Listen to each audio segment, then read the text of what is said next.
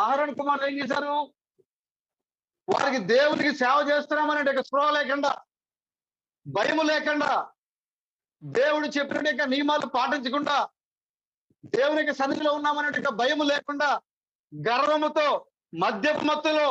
దేవుడిచ్చిన అగ్ని కాకుండా, పరలోకం నుంచి దిగి వచ్చిన అగ్ని కాకుండా, వేరే అగ్ని తీసుకొచ్చి వాడు అక్కడ సేవ చేయడం మొదలు పెట్టారు. అక్కడ బలిపీఠం మీద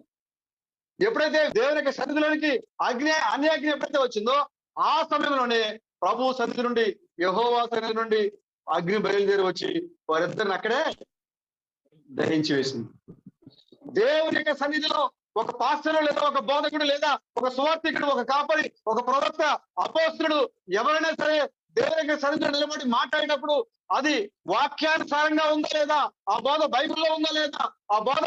దేవునికి ఇష్టమైన బోధ, దేవుడు చెప్పే బోధ తెలుసుకొని బోధించకపోతే నేటి సంఘంలో కూడా అదే